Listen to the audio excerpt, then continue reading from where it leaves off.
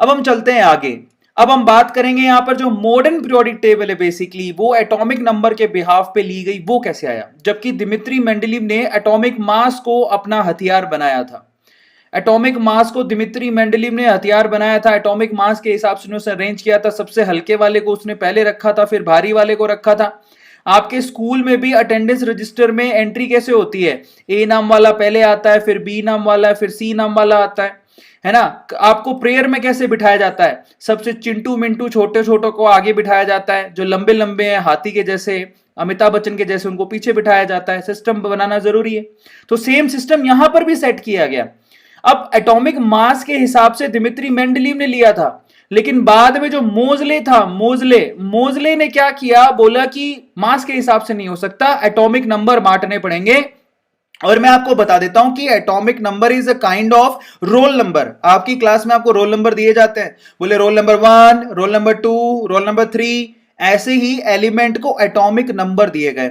अब atomic number किस behalf पे दिए गए, ये भी सवाल है। जैसे स्कूल में किस बिहाफ पे देते हैं? जो सबसे पहले एडमिशन लेता है उसको रोल नंबर 1, या फिर ए नाम का होता है उसको रोल नंबर 1 देते हैं, या सबसे छोटा होता है उसको रोल नंबर 1 दे देते हैं, ऐसे ही कुछ करते हैं, है ना? अल्फाबेटिकली भी रोल नंबर देते हैं। तो यहां पर एटॉमिक नंबर का देने का क्राइटेरिया क्या था, तो वो मैं आपको समझाता हूं। एक्चुअली मोजले ने क्या किया, हेनरी मोजले नाम था उसका, उसने क्या किया, एक्सरे स्पेक्ट्रोमीटर से एक्सपेरिमेंट किया।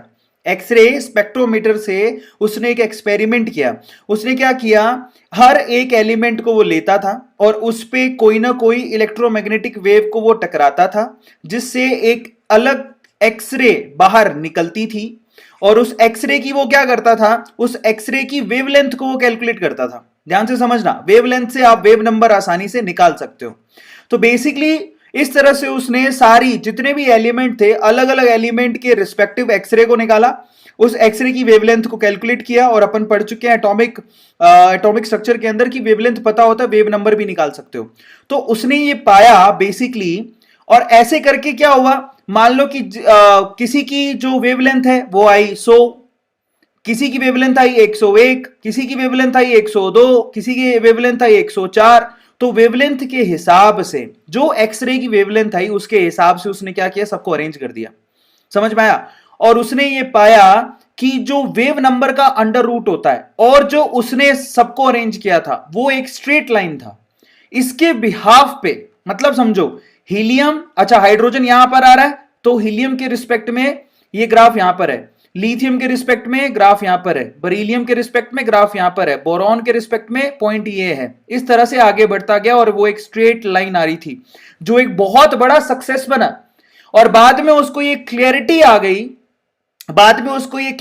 गई, कि there is a relationship between the frequency and, जो भी फ्रीक्वेंसी निकल रही थी, जो भी वेवलेंथ निकल रही थी, और जो भी एटॉमिक नंबर है, उन दोनों के बीच में कोई रिलेशन है।